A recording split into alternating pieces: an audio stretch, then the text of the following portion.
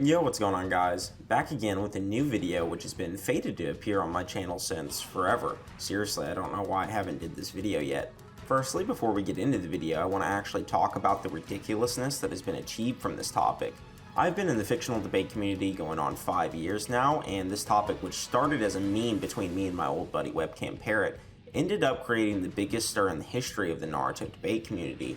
Both me and Parrot actually ended up getting to debate Swag Kage, which is literally the biggest Naruto power scaler on YouTube, in front of hundreds of thousands of people, and I got to become known as the Kakazu guy. Quite literally every time somebody brings up Kakazu, both me and Parrot's name is thrown into the conversation. History aside, I did briefly cover Kakazu versus Pain in my Akatsuki ranking video I posted a long time ago, but I left out tons of major arguments, so in this video I plan to cover every single argument that I've ever heard on both sides of Kakazu versus Pain, or at least the ones I can remember. Anyway though, without further ado, let's just jump right into it. I'm going to be splitting each of these characters up, first talking about the capabilities of Pain, followed by Kakazu, and I will categorize each of their abilities into strength, durability, speed, hacks, or skill, and any other ability that can potentially play a factor in this fight. So to begin, we're going to be talking about Pain's strength and attack potency. So to keep it brief, we already know all of the major physical attacks that Pain has been shown capable of. Firstly, he's able to consistently swap hands with base Pain Art Naruto, and the Ashura path was shown capable of piercing Kakashi. This blade also appeared to show even more piercing power than the Shinra Tensei, or Almighty Push, that was fired at Kakashi earlier in the fight. It's also worth to note that the Shinra Tensei was eventually able to subdue Kakashi as well. This is impressive because Kakashi is a character that was capable of withstanding blows from Kakuzu, albeit not well, but withstood nonetheless. So this could mean that both the Ashura path and the Shinra Tensei possess similar strength to Kakuzu's Taijutsu, which we have seen capable of momentarily blocking a paw strike from the biju avatar of Yugito. Another impressive aspect of this feat is the fact that it was shown capable of obliterating Kakashi's mud wall. This may not seem that impressive at first glance, but when taken into consideration what Kakashi's mud wall has been shown blocking in the past, it becomes much better. In the war arc during Kakashi's battle with Rinnegan Obito, Obito projects multiple giant shuriken out of his Kamui dimension and hurls them at Kakashi. Kakashi's response is to simply mudwall these giant shuriken, which successfully blocks all of them. The reason this is impressive is because Obito has managed to cut through all of Yuki's 8 tails, the same 8 tails that can withstand the force of the biju bomb. It's also worth noting that the only people who have been shown capable of cutting through the 8 tails are both the 3rd and 4th Raikage, who are both biju level. If you aren't aware, the biju bombs have been calced at both small country and multi-continental in force. This would mean that Pain's basic Shinra Tensei is potentially generating biju levels of force. To add further support to this, Pain utilized Shinra Tensei against Gamabunta as well, and managed to break every bone in his body and one-shot him. This is even more of an effect than Shikaku the One-Tail's biju managed to do with his air bullets, which are stated to require more than one to subdue Gamabunta. This is not the most powerful jutsu in Pain's arsenal either, as Pain was shown capable of leveling the entire Leaf Village with his chaotic Shinra Tensei. This feat was actually calced consistently around island level. Even this jutsu is not the most destructive and powerful in his arsenal, as he also has access to the Chibaku Tensei, which summons a massive amount of earth together, enough of which to generate around country to continental levels of force. To support Pain being around biju level even further, there's a direct statement in the 3rd data book on page 196 that says, "Hardened skillful masters even stronger than Jinchuriki." And later on down the page it says that Pain believes that when the Akatsuki are formed into pairs, they will lose neither to a biju nor Jinchuriki. This would mean that Pain has to have some jutsu or ability to deal with the biju and Jinchuriki. This would at least scale to the Chibaku Tensei, since it is his most powerful jutsu, which was even somewhat containing 8 Tails Naruto. There are a few other feats of Pain shown, such as Tendo Pain destroying a Rasa and Shuriken with the Shinra Tensei, but I have an issue with this that I'll explain later, so that will actually bring an end to the AP and strength section for Pain. Pain's speed is much less convoluted than people realize, seeing as he only has 2 fights. So to start, Pain was shown capable of reacting, blocking, and tagging Kakashi multiple times. Although Kakashi was weakened throughout a majority of this fight, it is worth noting that Pain was still comparable to Kakashi in the beginning of their encounter. Another speed feat as mentioned earlier is Pain's capability to react and combat base Naruto, and he was even able to block a Sage Mode kick from Naruto as well. The Sage Mode feat is impressive because it potentially means that Pain scales to the War Arc Sage Naruto, which is stated and shown to be faster in combat speed than KCM Naruto. This means that Pain scales to both base Naruto and Kakashi for sure, and potentially even Sage Mode or KCM Naruto. He also has some feats of being relative or faster than Jiraiya, but unfortunately for Jiraiya, he has a pretty severe lack of speed scaling, only really placing him in tiers relative to Orochimaru in Part 1, who again only really scales above Part 1 Kakashi. Sorry Jiraiya fans, but as it stands, nothing makes his speed impressive. As for hacks, this is where it gets juicy. Pain has numerous abilities in his arsenal, his main ones originating from his Rinnegan. The human path has soul and mind manipulation, as he is able to not only rip people's souls from their bodies, but also obtain their thoughts. The Naraka path can summon the King of Hell, and with this he can heal and resummon the other paths of Pain. The King of Hell can also be used for interrogation, as shown when Pain uses it to grab a hold of a victim's tongue and forces them to answer a question. If they answer the question dishonestly, the King of Hell will then proceed to rip out their soul. The animal path is pretty self-explanatory, as it is able to summon massive creatures to fight their opponents. These creatures also share the Rinnegan vision of the other paths of Pain, and can even have their own unique abilities like the chameleon that can go invisible, or the dog that can duplicate itself whenever it is damaged. He also can summon a big ass bird and flying right on it. The Ashura path has the ability to generate weapons and armor in which it can augment its own body with. It was shown to have the capability to fire a long-range chakra blast and detach its body parts when necessary. It can even self-destruct when it is defeated, and can also fire long-range missiles.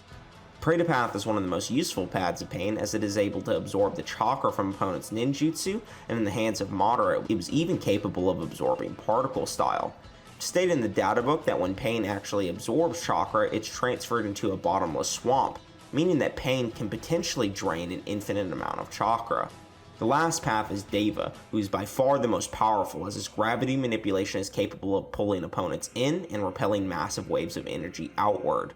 His Rinnegan vision is also shared amongst every path of Pain, which allows them to see from each other's perspectives and combo attack more effectively. They can even see attacks coming from behind. The final ability to mention is Pain's chakra rods, which he uses to fight and pierce base Naruto with. These rods were able to suppress Naruto's chakra and render him defenseless. Pain also has pretty decent taijutsu, as he was capable of dodging all of Hinata's attacks, but whether this was due to simply Hinata being too slow or Pain being too skilled, I'm not for sure.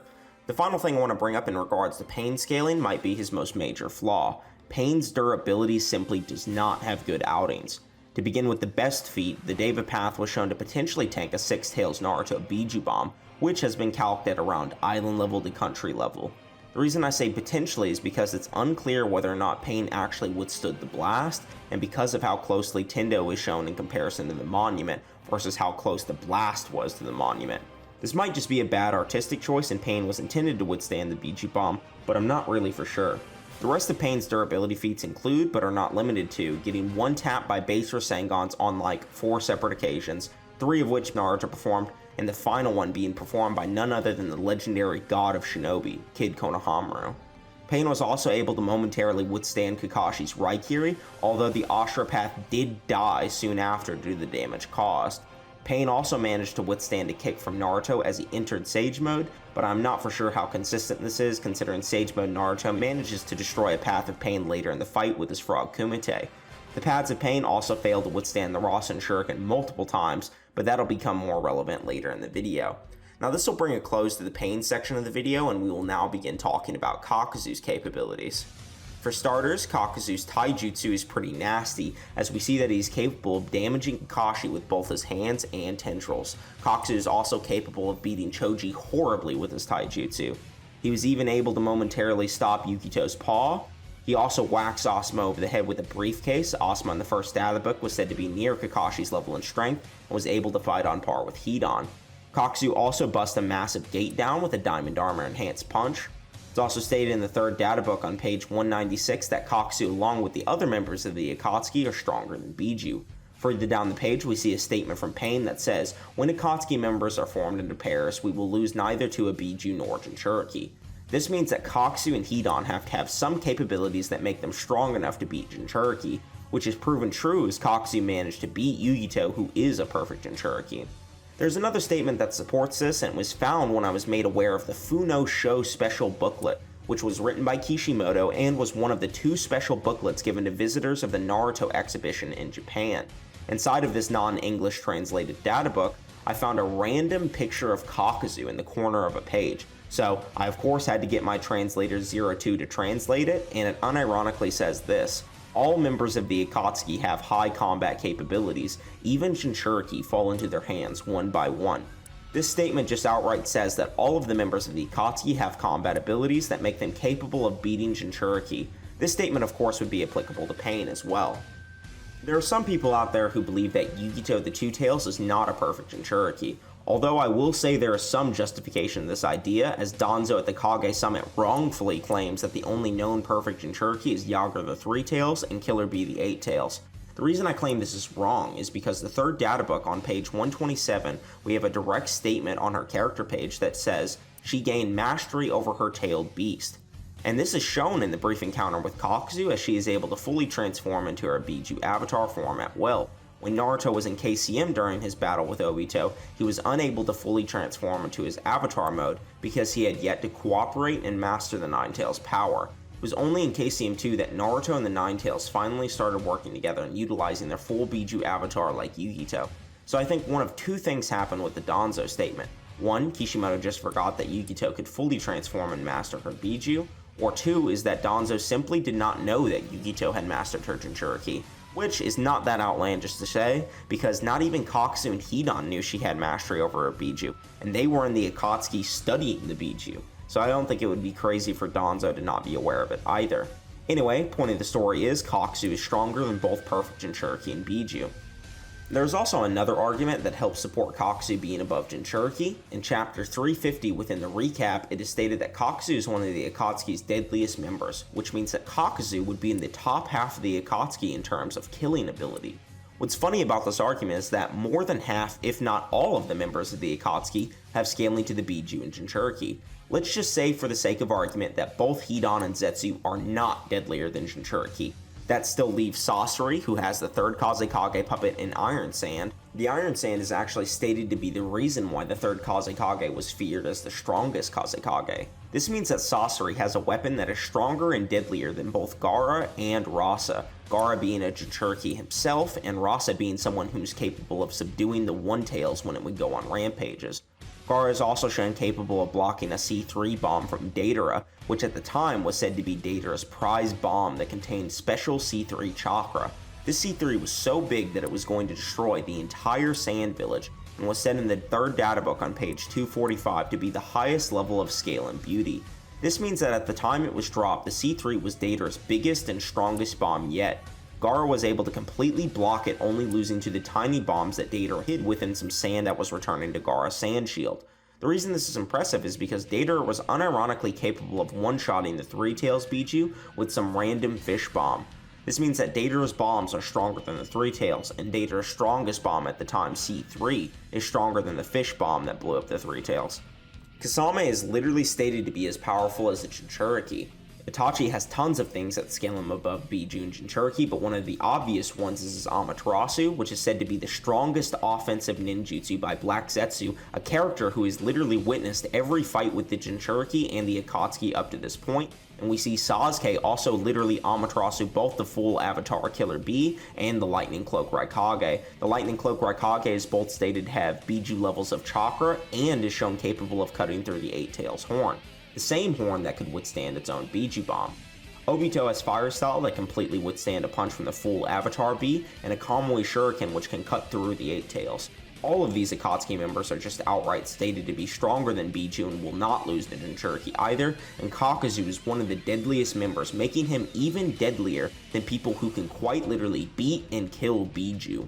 To highlight some of Kakazu's hacks and abilities, he mastered all 5 chakra natures and can use them at high levels. He can even combine them to make even more powerful jutsu, so strong that he overpowered Kakashi's water style with wind-enhanced fire jutsu. He was also able to cancel out 2 Raikiri, which is Kakashi's strongest attack, with 1 lightning style false darkness. Not only did he block 1 of Kakashi's Raikiri, but he actually blocked 2 of them. It may look like Kakashi is channeling 1 Raikiri between both hands, but that is not how the Raikiri functions. It's actually stated that after Kakashi blocks false darkness, that he has performed the Raikiri 4 times. Yet the only times Kakashi uses the Raikiri in the fight is the first time when he stabs through Kakuzu's heart, and the second time when he makes another one to charge at Hidan. So I don't know if I'm counting correctly, but that means 1 to attack Kakuzu, 1 to attack Hidan, and 3 and 4 to block False Darkness. Makes sense. Anyway, if you want to know how strong the Raikiri is, I highly suggest you go and watch my Kakashi Raikiri video. It will give you more context as to why this feat is impressive. Kakuzu's ninjutsu is also stated by Kakashi to be impressive because one normally cannot perform high-level ninjutsu unless they're compatible with the user's chakra nature. He notes that this is impressive because Kakuzu has already shown usage of 3 chakra natures, and later in the fight, Kakuzu actually shows usage of all 5. It's also worth to mention that Hidan claims Kakashi is the first to avoid his wind-style jutsu combination, which is described as a routine attack. The reason this is impressive is because routine means that Kakuzu uses this attack regularly in his fights, and yet Kakashi has been the only one to survive despite Kakuzu fighting multiple biju and Jinchuriki. The last argument is a bit speculative, but I still think it's worth mentioning. Kakuzu also has 5 autonomous hearts that are more powerful than Kakashi and can fly around the battlefield destroying any foe to Kakuzu. He also has some tendrils that he can extend his melee range with and a grapple range with, and even dig underground to surprise attack people as well. Kakuzu also can enhance his taijutsu strength and durability with one of his best jutsus, the diamond armor. Kakuzu's taijutsu and ninjutsu strength is not the only important aspect of this fight, as I believe Kakuzu's durability and resilience is truly what makes him so difficult to deal with. Kakuzu was able to completely withstand a direct paw strike from Perfect Jinchuriki Yukito, the same Yukito that could damage KCM1 Naruto and blind Madara with their paw strikes. This means that Kakuzu has more durability than both KCM Naruto and blind Hashirama Cell revived Madara.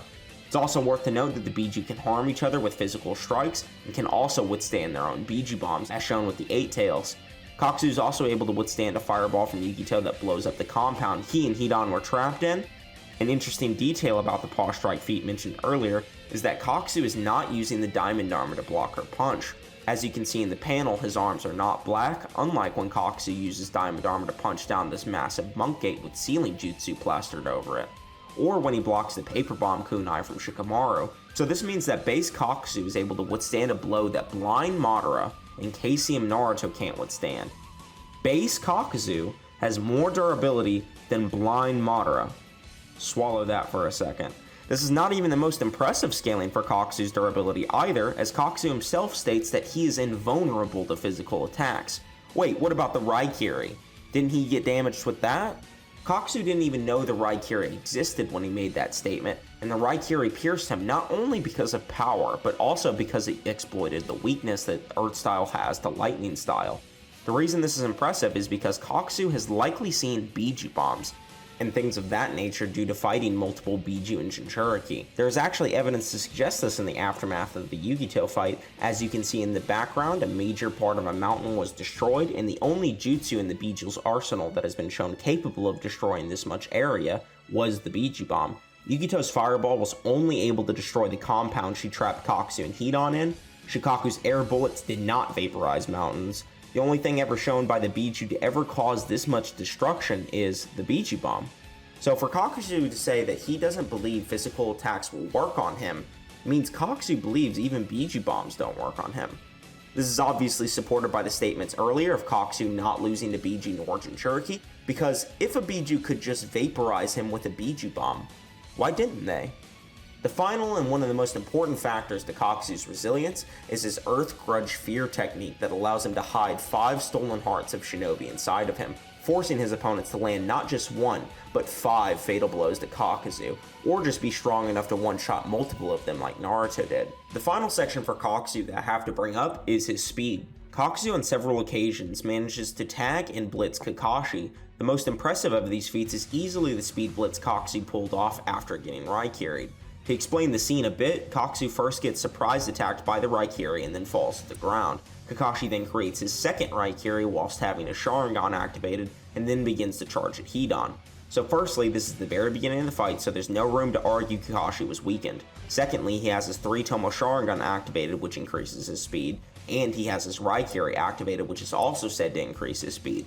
So this is the fastest possible Kakashi at this moment in time, and Kakuzu, whilst laying on the ground, gets up in front of Kakashi's Sharingan and Raikiri and proceeds to kick him through a forest, all before Kakashi can react. Kakazu was not even in his fastest or strongest state either. As shown later in the fight, the Jiangu Kakazu manages to increase his chakra and speed and jumping capabilities when he fuses all of his hearts inside of himself. So this easily establishes Kakazu above Kakashi. The next bit of speed scaling I want to address is Kakazu scaling above Ninetales Chakra Naruto. For those that believe this is base Naruto, here's the Shueisha official colored manga where they depict Naruto's eyes as red and slitted, proving he's using Ninetales Chakra. So to start off, Kakazu is shown blitzing a couple of Naruto's clones on multiple occasions. Naruto's shadow clones are relative to him in speed, which is why they're able to combo attack with him. After destroying these clones, Naruto verbatim says, based on his assault speed, I'm going to need at least 3 clones for the diversion alone. 2 things are important to note in this statement. The first thing is that he needs the diversion to begin with. If Naruto were fast enough to hit Kakazu with the Rasen Shuriken, he wouldn't need a diversion at all. The point of a diversion is to distract someone so you can catch them off guard.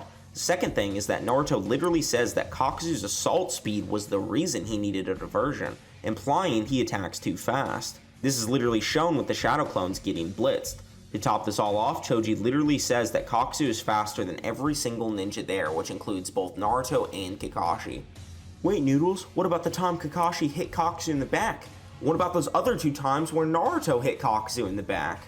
That's the only way they could get a hit, is by hitting him in the back. For Kakashi, Kakazu literally says he didn't sense Kakashi behind him, proving that Kakashi sneak attacked him in the back.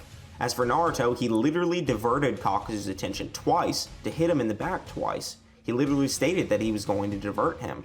Here is the definition of diversion: something intended to distract someone's attention from something more important, aka the Rasen Shuriken. So no, Naruto and Kakashi do not scale to Kakazu. And for those that think Kakashi swapped hands with Kakazu, that only happened in the anime, and it still doesn't prove he's relative considering even in the anime, Kakazu still majorly beats the shit out of him. It's never once shown that Kakashi was able to swap hands with Kakazu in the manga, which is what I'm using anyway. So basically, Kakazu is faster than both Kakashi and Ninetales Chakra Naruto. Kakazu's most blatant and obvious best speed feat comes in his fight with Yukito, where he is able to point blank react and catch a fully transformed Madatabi and Yukito paw strike. Yukito herself was majorly impressive during the War Arc Jinchuriki vs Jinchuriki battle, as she was capable of moving alongside and tagging both KCM Naruto and Killer B. Just to be clear, she is clearly moving similar speeds to both B and KCM Naruto in this panel. Wait, Noodles, they were amped by Obito. No, they weren't, and I have definitive proof as to why. To start, during the Jinchuriki vs Jinchuriki battle, we see that Obito fails to completely control the Jinchuriki when he gets close to them, and Kakashi remarks that this is probably due to the vast amount of chakra it takes to control all of the Jinchuriki. This means that Obito did not have enough chakra to even completely control them, let alone amplify their biju power. Imagine you have a dog on a leash, and this dog is much larger and stronger than yourself, and you're struggling to maintain control of it. Do you then just inject steroids into the dog to make it more powerful and even more difficult to control? Obviously not, but that's what Obito would be doing if he was giving them more chakra. This is not the only thing either, as we also know that Obito was specifically trying to conserve chakra during the war, and even goes so far to say that he doesn't want to waste chakra on Rinnegan abilities, due to the fact that Kakashi and Naruto are already aware of how to counter said abilities. This proves that he would not be infusing chakra into them because they have their own massive chakra pools, and he needs to conserve chakra, and infusing chakra into them would be part of the Rinnegan's abilities, which he has already said he would not be wasting chakra on. Not only this, but I actually translated the raw Japanese databook page on Yukito and found this statement. When she was resurrected in the impure world reincarnation, she tormented Naruto and the others with her swift movements and various techniques that used the power of the tailed beast. The power of the tailed beast, not the power of Obito. It continues, however, she was able to master these high-level techniques because she continued to improve herself based on her strong belief to protect the neighborhood. The second aspect of the statement proves that she had already mastered these techniques before she died, hence the improving self part. You can't improve if you're an Edo Tensei. So the same claw attack she was using during the war would be the same technique she used against Kakazu. I will admit one thing is being improved by Obito, and that is the Jinchuriki's movement tracking of the Sharingan and the shared vision of the Rinnegan. The benefit to having both of these abilities is that your reaction speed and area perception would improve. I've addressed this many times before, but simply increasing your perceptive capabilities does not grant you the physical speed to keep up with or fight other people. This is literally shown in early Naruto when Lee beats up Sasuke. Here, Lee directly says that Sasuke, despite being able to perceive his movements, was not fast enough to physically block his attacks. The same idea is relevant to Yukito, because even though her perception speed is better, her run speed and attack speed would not be different, which means the claw attack she landed on B and the movement speed feat shown earlier proves that she had the physical capability to block, tag, and move alongside Casey and Naruto even when she was alive. This is ignoring the major nerf of the Edo Tensei as well, but I'm not even going to enter that can of worms today. We will now transition into how I believe this fight plays out and address common counter arguments I've seen people make. So to put it plainly, Kakazu scales above Biju in physicality, durability, and in raw ninjutsu, whereas Pain only really scales above Biju with his Shibaku Tensei. None of Pain's other abilities have been shown to overpower or compete with any Jinchuriki or Biju, including the likes of the Shinra Tensei, which Six Tails Naruto tanked and walked through. The statements made in the Funo Show booklet and the third data book illustrate the idea that all of the Akatsuki have some means of dealing with the Biju and Jinchuriki. Sasori has his Iron Sand and Poison, Deidara has his bombs, Kakuzu has his high-level ninjutsu and taijutsu, and Pain's ability he uses to beat Jinchuriki is unclear at best, but I believe it's likely his Chibaku Tensei, seeing that is the ability he chose to use against Naruto to capture him. None of his other abilities are provably on the level of Biju or Jinchuriki, and to claim any ability in Pain's arsenal besides the Chibaku Tensei scales to the Biju would be baseless. There is no evidence that any of his other abilities scale, and the only reason I say besides the Chibaku Tensei is because that's by far his strongest ability. So at minimum, the databook and booklet statements support the Chibaku Tensei being strong enough to capture Biju. The reason this is relevant is because Kakazu has durability that is greater than the Jinchuriki's attacks, so the only physical ability Pain can bring to the table to rival or beat Kakazu is the Chibaku Tensei. Shinra Tensei will not work because its best showing is against Kakashi, and even he withstood multiple of them, and Gamabunta, who is much weaker than a non-Jinchuriki Shikaku, whereas Kakazu is more powerful than a perfect Jinchuriki Yugito. So that means the Shinra Tensei has no feats that will be capable of damaging him.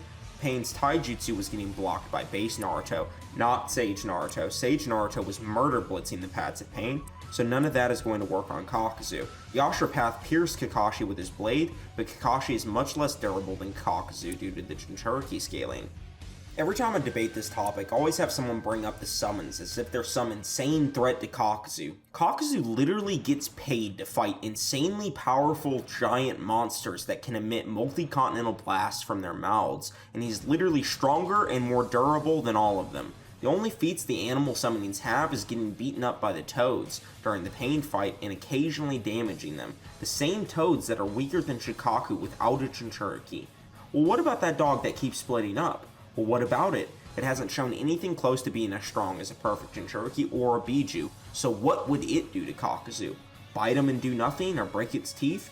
What about the giant bird that flies around? It doesn't even have feats. The chameleon turns invisible, sure, but it still can't damage Kakazu, and as soon as the animal path is destroyed, all the animal summons will go away. So no, I don't think the smaller, lesser monster summons are going to affect the literal Biju killer in Kakazu. It wouldn't make any sense. How would a less big, less powerful dog beat him if a more powerful big cat couldn't? Wait, Noodles, what about the mud wall feat you mentioned earlier? Since Kakashi's mud wall could block the giant shurikens that cut the 8 tails, when Pain shattered the same mud wall, shouldn't the Shinra Tensei have 8 tails level attack potency? The answer is no, because it's not the same mud wall. Kakashi got insanely stronger during the war arc, and this is evident by the fact he performs much better speed feats, such as fighting the V2 Jinchuriki that were blitzing KCM1 Naruto and Killer B, whereas before he was only relative to the base Naruto that was capable of fighting Tendo. His stamina also greatly improved as well, seeing as he can fight multiple days straight, spamming Kamui along the way, whereas before he can only use it a very select few times.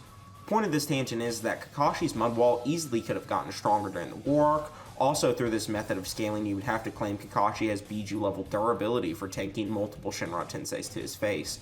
Base Naruto is also able to withstand a Shinra Tensei, so no, the Shinra Tensei has no feats or scaling to damage Kakazu, even at its strongest state. The best feat is it blowing up the Leaf Village, which requires way less force and energy than the biju can output. The same biju that Kakazu is stronger than. The chaotic Shinra Tensei was calced at around 80 gigatons or island level plus, whereas a standard biju bomb has shown to generate 27 million gigatons of TNT or multi-continental levels of force. The difference in power between those abilities is massive, and I see no reason why a full-powered Pain would be able to physically damage Kakazu in any way, besides maybe sealing him inside the Chibaku Tensei. Well, I keep saying besides the Chibaku Tensei. What stops Pain from just sucking Kakazu up into it? Well, what stops Kakazu from blasting his way out of the jutsu? Sure, the Chibaku Tensei can hold perfect Jinchuriki inside of it, but can it hold Kakazu, who's stronger than a perfect Jinchuriki? I could easily see Kakazu being able to blast a hole into the Chibaku Tensei and exiting it, but this is not even the most major point of why I think this ability will fail. There's an extremely obvious reason that nobody seems to think of, and that is that Pain is not able to sustain the Chibaku Tensei, and has never been shown capable even at full power to be able to hold it up for any significant period of time. The reason I brought up even at full power is because many people try and argue that Pain was weakened throughout his fight with Naruto, but I don't believe this is the case because Pain was able to summon the Chibaku Tensei, and he is an Uzumaki. If Pain was truly weakened throughout the fight, I don't believe he would have been able to create the Chibaku Tensei, seeing as it is by far his most chakra-consuming jutsu. But even if you want to say Pain was weakened for whatever reason, that still does not prove Pain can hold up the Chibaku Tensei for any significant period of time. The only time we ever see him use it successfully is when he is an Edo Tensei and has an infinitely regenerating chakra, which he will not have access to in this fight. What do you mean he can't hold it up or sustain the Chibaku Tensei, Noodles? He literally captured Naruto and said he was going to make it bigger. After Naruto turned back into Sage mode, Nagato began coughing up blood and dropped the Chibaku Tensei. Konan was in fear for Nagato's health the entire fight because she was afraid Nagato would use too much chakra and die, and this is especially evident in the scene because Konan actually screams at Nagato when he starts coughing, and the Chibaku Tensei just falls apart immediately after. Pain did not have the proper chakra amount to successfully use the Chibaku Tensei, and this is all assuming Pain would even be able to leave the battlefield like he did to Naruto in order to get close to Nagato's real body. As soon as Tendo starts to leave the battlefield, Kakazu is going to follow after him. And if it isn't already obvious, I think Kakazu has the potency to one-shot a Path of Pain. Not only because his physical attacks such as his ninjutsu and taijutsu, but also because of Pain's durability scaling below Konohamaru and base Naruto's Rasengan. Kakashi's Raikiri was able to completely tear through the Ashura Path, the same Ashura Path that jumped in front of Kakashi to save Tendo from being destroyed.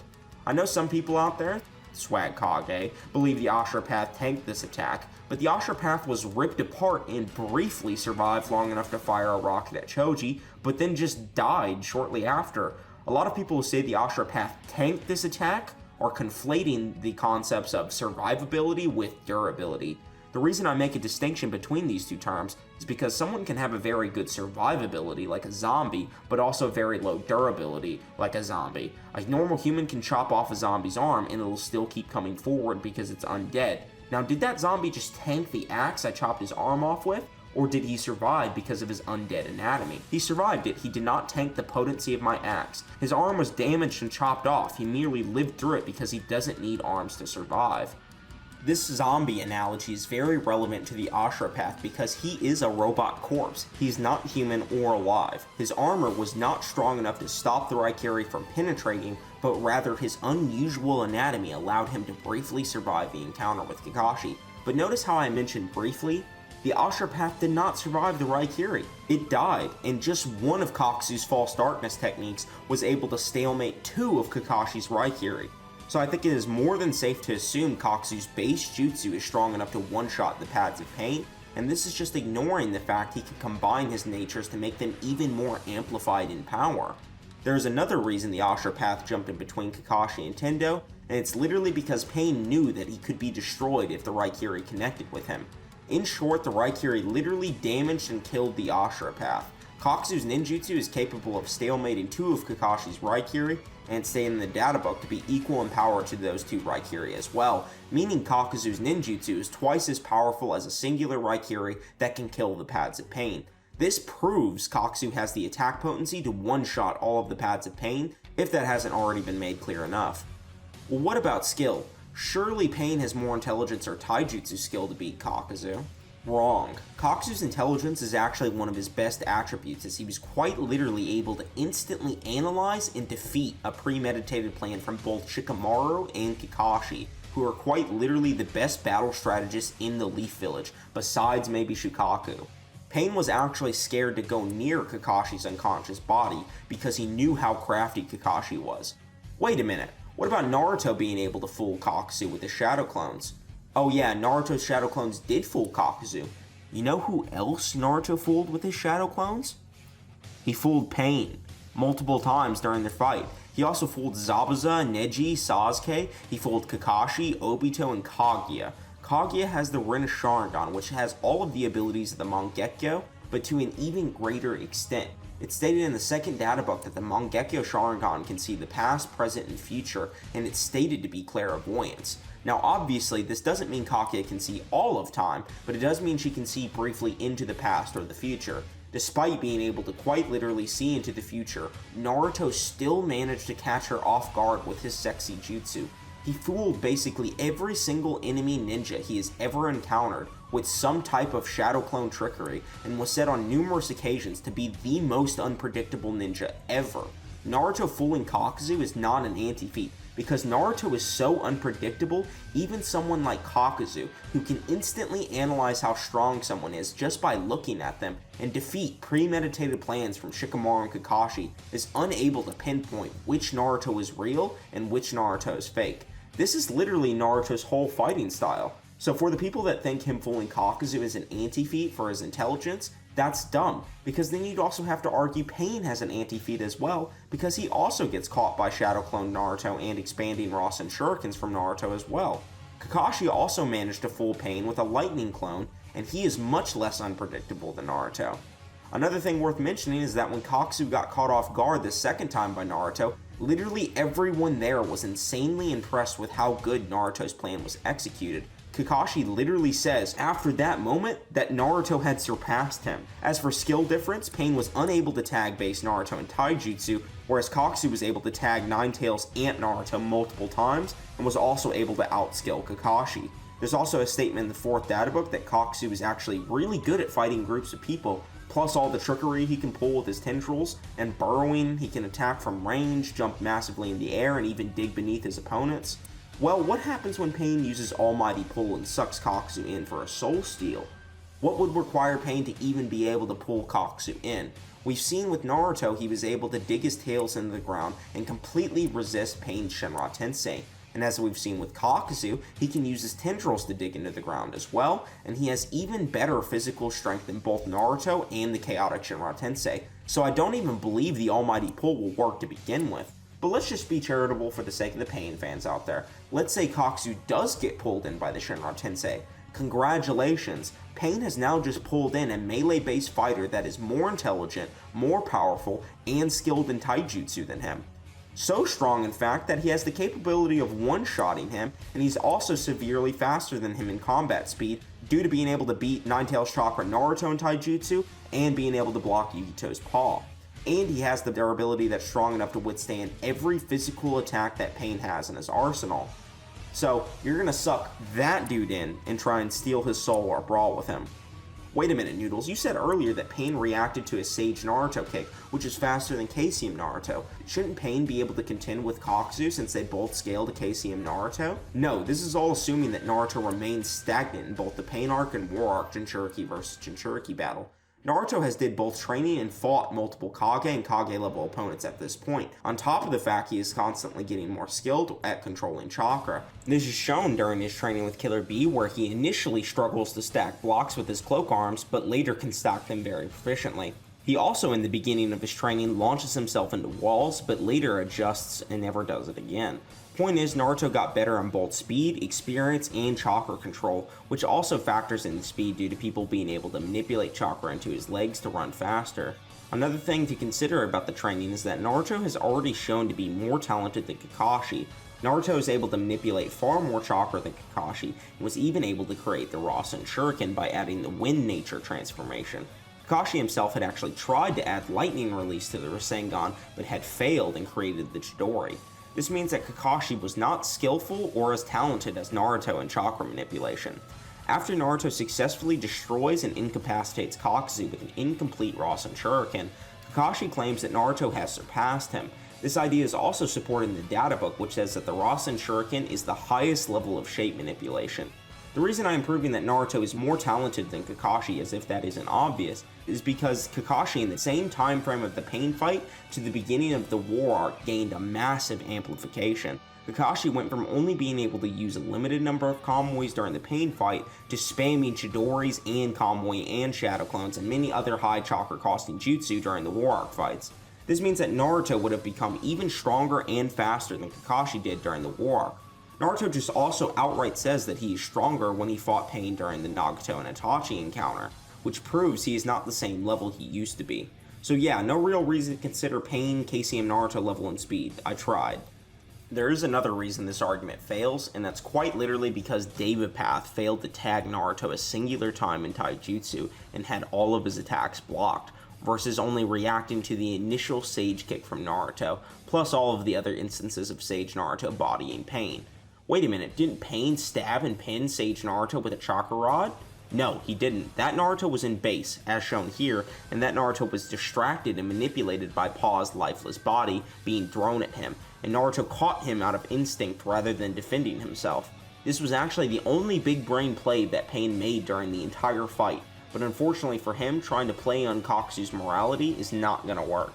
To add on to the Soul Steal point a bit, I don't think this ability is very good when Pain is using it, but it's pretty good for Nagato. I'll explain why I'm differentiating a bit. The reason Pain's Soul Steal is bad is because the only people we saw it work on were some random ninja and Shizune, neither of which are anywhere close to the strength Kakuzu possesses.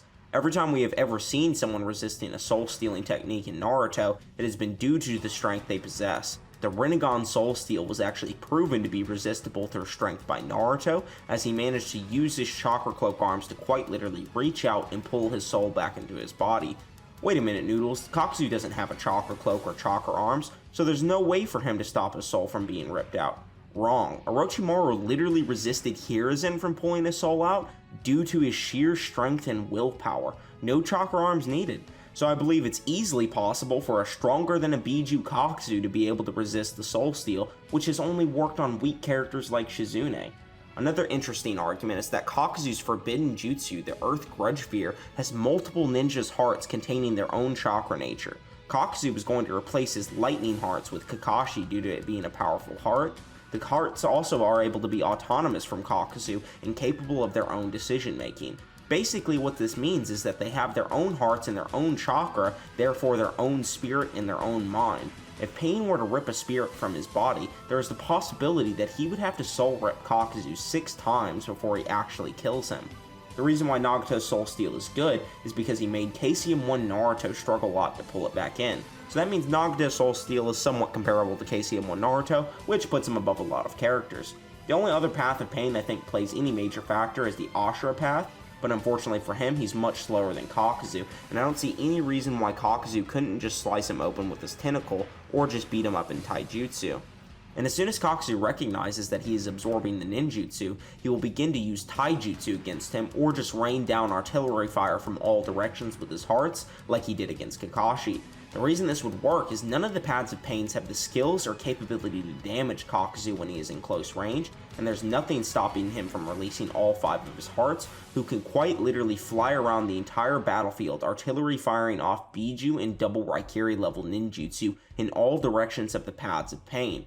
I know I said earlier that Preta Path absorbs ninjutsu into a bottomless swamp, but this is actually wrong for a few reasons. One of which being that the Preta Path absorbs Naruto's chakra. Naruto actually gives him Sage Chakra, which transmutes him into a toad. This means that the chakra the Preta Path absorbed is not being absorbed into a bottomless swamp, but rather inside of the Preta Path itself. And if you do want to still claim that Naruto's chakra went to this supposed bottomless swamp, another debunk to this is that Madara absorbed Naruto's Rasen Shuriken, and he claimed that it possessed too much energy, implying that Madara had momentarily been overwhelmed from the amount of energy. So unless you think that Naruto was infusing an infinite amount of chakra into his Rasen Shuriken at that very moment, that proves the absorption is not bottomless or limitless. Even if you want to claim that Prey to Path could absorb Kakazu's ninjutsu, that still will not save him. All of the paths of pain would have to form a conga line behind the Prey to Path, and that still leaves the rear and underground open for any of the hearts to attack from, and nothing stops Kakazu from walking up to the Ashura path like a villain and beating the dog shit out of him. So in summary, the paths of pains are relative to Kakashi and base Naruto in speed. Kakazu is relative to KCM Naruto in combat speed, or at the very least a whole blitz level above Kakashi and Ninetales Amp Naruto. The Prey to Path has no way to stop Kakuzu from destroying him with taijutsu, nor the artillery fire from all directions. The Ashura Path only has physical attacks that have been shown capable of piercing Kakashi, who is vastly less durable than Kakuzu due to the biju scaling. The human path would also get destroyed in taijutsu or long range from the Kakuzu's tentacles or heart jutsu, and he probably won't even be able to soul rip him. The Naraka path can summon the King of Hell, but it literally gets bodied by some random ninja in their kunai during the war arc, so Kakuzu would likely just one-shot him. And the Naraka path will be able to heal the other paths of pain, but as soon as Kakuzu sees him do that, even if he gets to do it, Kakuzu would then destroy it immediately due to his analytical ability. The animal path just summons giant monsters that Kakuzu could easily body just like Sage Naruto did. Kakuzu is stronger than Biju, which are bigger and scarier and more powerful than all of the animal summonings combined, and he could quite literally one-shot the animal path with his taijutsu or ninjutsu. And finally, the Deva path with the almighty push and pull have no effect on Kakuzu due to him being able to plant himself in the ground with his tendrils, and even if he does pull Kakuzu in, that literally would put Pain in a worse position. None of Tendo's taijutsu or physical attacks can damage Kakuzu, much like the other paths of pain. This includes the chakra rods, which have only been shown capable of piercing the likes of base Naruto, and would not be able to pierce something as hard as Kakuzu's diamond armor. And for some reason, people think that these chakra rods are truth-seeking orbs and are unbreakable, or here's Pain and Naruto literally breaking chakra rods. So yeah, no reason Kakuzu couldn't do that. A few things I forgot to mention is that Sage Naruto directly says that Pain is unable to harm him, so this furthers the idea that Pain does not scale to Sage Naruto. And another feat that's worth talking about is the Shenron Tensei dispelling the Rasen Shuriken that Naruto threw. I don't think this feat is very good because it's actually just Pain interacting with the Rasen Shuriken's durability, not the Rasen Shuriken's attack potency. So trying to scale the Rasen Shuriken's durability to its AP doesn't make sense, especially when it hasn't exploded yet, and especially considering it is an explosive. So like even if you fired an RPG through a window and it caught a shard of glass, that could potentially make it explode. So think of that as the Rasen Shuriken. It's this highly volatile explosive projectile that when it encounters this gravity wave blows up, or dispels or whatever. It doesn't prove that the Rasen Shuriken's AP and the Shenron Tensei's AP are equal. But yeah, that about sums up all the reasons why I think Kakazu obliterates Pain 10 out of 10 times. And I know most of you already knew the outcome of the video before even watching it, knowing how public my stance has been on this topic, but I do want to say that my arguments are well researched and they are unbiased and taking into account all of Pain's feats and statements. Wait, Noodles, you weren't fair. Kishimoto's intent is obviously displaying that Pain was meant to be narratively stronger than Kakazu. Wrong. There are a plethora of issues I take with the stance, first being that Kishimoto's intention at all being knowable. We do not know what was going inside Kishimoto's head or what he intended to be stronger. We have no idea what his intentions were. You have no idea if he intended Pain to be stronger or not. You cannot read his thoughts because you are not inside of his mind during the time he was writing these chapters. Many of the Akatsuki's narratives, including Kakazu, actually had to be cut down due to the studio rushing Kishimoto along. Not only this, but the narrative does indicate that Kakazu is stronger. To explain what I mean, I must define a narrative. A narrative is simply the story or narrative that is being told. Power scaling is reading a story or narrative and finding all of the statements or feat within said narrative that relate to a character's speed, abilities, or power, and compiling these pieces of evidence together to measure who would win in a versus match.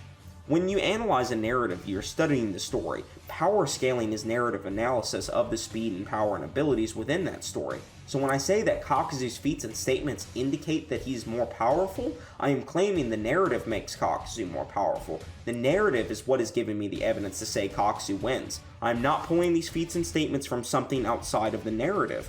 Not only this, but there is actual blatant evidence that Kishimoto intended for Kakazu to be a threat to Pain.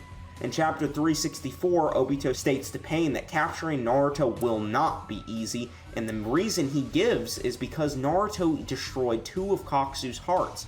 Obito believes that Naruto will be a tough fight for Pain because of his capability to destroy just 2 of Kakuzu's hearts. Conan responds to this and says, "Save us from your warnings and fears. Pain is invincible." This is a pretty typical response for Conan, but she's consistently meat-riding Pain whenever she can. But it does show us that Obito was fearful of Naruto because of his new jutsu and because he destroyed 2 of Kakuzu's hearts. There's also another statement in the lead up to Naruto's fight with Kakazu that directly states he's one of the Akatsuki's deadliest members, so that alone should tell you how Kishimoto viewed Kakazu. The only narrative arguments that I hear people make are the constant comparisons between Pain to a god and Pain being repeatedly stated to be invincible, but we know the latter is not true because Pain literally died and got one-tapped by base Rasengans, and Obito even makes fun of this moniker of Pain after struggling to defeat Jiraiya. Here you can see Obito mocking Pain for supposedly being invincible, yet he had his hands full with Jiraiya. Most of Pain's narrative statements are just hype, just like Minato fanboys that write on how cool and how hype he is. If you base a character's power on hype, you are biased. If someone says, "I am a god," sure, that makes them sound cool, but does that actually affect their power scaling whatsoever? No, it doesn't. Hype in no way establishes power or makes someone stronger. Was Pain a more pivotal and more important villain than Kakazu? Yes, absolutely he was, but does that mean he's stronger? No, it doesn't. Another narrative argument I've seen people make is the statement that comes in one of Pain's databook entries, where it is said that even the notoriously strong members of the Akatsuki obey him because of both his power that no one can deny and his charisma. This does not mean they obey him because he is stronger than them. This means they obey him because they respect his power and cannot deny he has power, and they also follow him because of how charismatic he is as well. Kakazu could totally acknowledge Pain as strong and follow him because he both respects his power and likes the idea of getting money. In fact, that is exactly why I think Kakazu follows Pain. The final argument I hear people make all the time is, base Naruto beat Kakazu with no prep time, and even with Sage Mode and Intel on Pain, he still lost to him. This is a classic case of rock, paper, scissors in power scaling. The only reason Naruto lost to Pain was because he fell out of Sage Mode. Sage Mode Naruto was vastly superior to Pain, so really Pain is only scaling to base Naruto. Secondly, it was not base Naruto that fought Kakazu. Here's the official Shueisha colored manga of Naruto where you can clearly see he has red slit eyes. This scene was just improperly animated in the anime, but even in the anime you can clearly see he still has the slit eyes. The anime for some reason just didn't make them red. If you're one of those people that think the anime doesn't make mistakes, here's the first anime appearance of the Rinnegan. Enough said. This means that both Kakazu and Pain fought an amplified Naruto.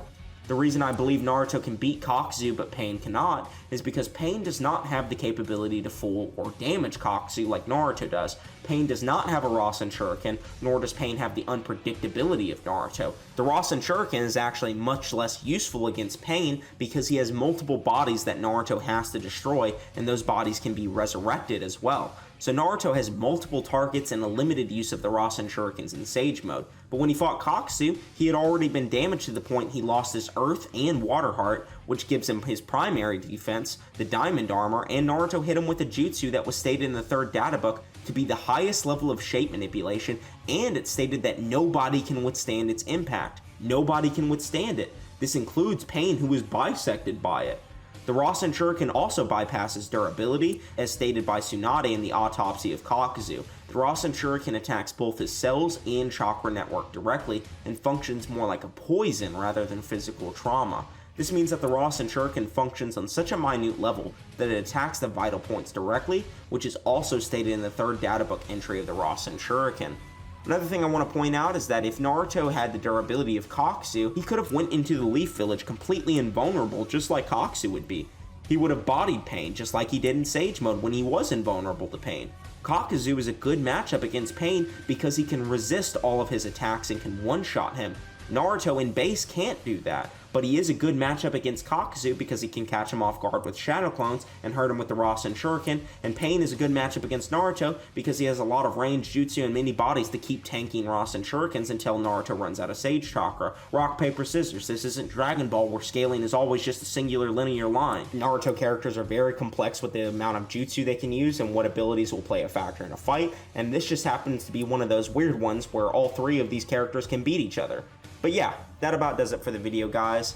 As I see it, Kakazu quite literally is just too strong, too fast, too skilled, too intelligent, and too durable for Pain to be able to deal with. I see no win cons for Pain, and I see multiple for Kakazu. If you disagree with my outcome, make sure to drop a comment explaining why you have an issue with the scaling, or join my Discord, Noodles Scrapyard. It's here that my YouTube community is living and thriving with a plethora of people that will be more than willing to debate you, including myself. I know this video is ridiculously long, but I didn't realize how many arguments and pieces of evidence were necessary to cover until I got about 9 pages into the script. I know this video has been a long time coming, and as you guys can tell, I'm just very passionate about Naruto. And as you guys can tell, I'm just as passionate about Naruto as I have been for the last 3 years. I'm always continuing to search and level up my video quality. I knew it was going to be hard to top Multiversal Naruto, but who knows, maybe this video will do just as well. Here pretty soon, I'm going to be reading One Punch Man, so maybe expect a Saitama versus Naruto video at some point in the near future, and maybe just a Saitama power scale video in general.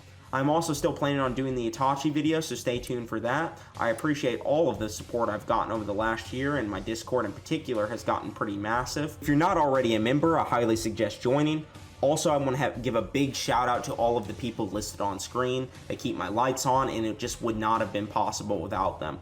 Anyways though, guys, I will see you all in the next one. Peace.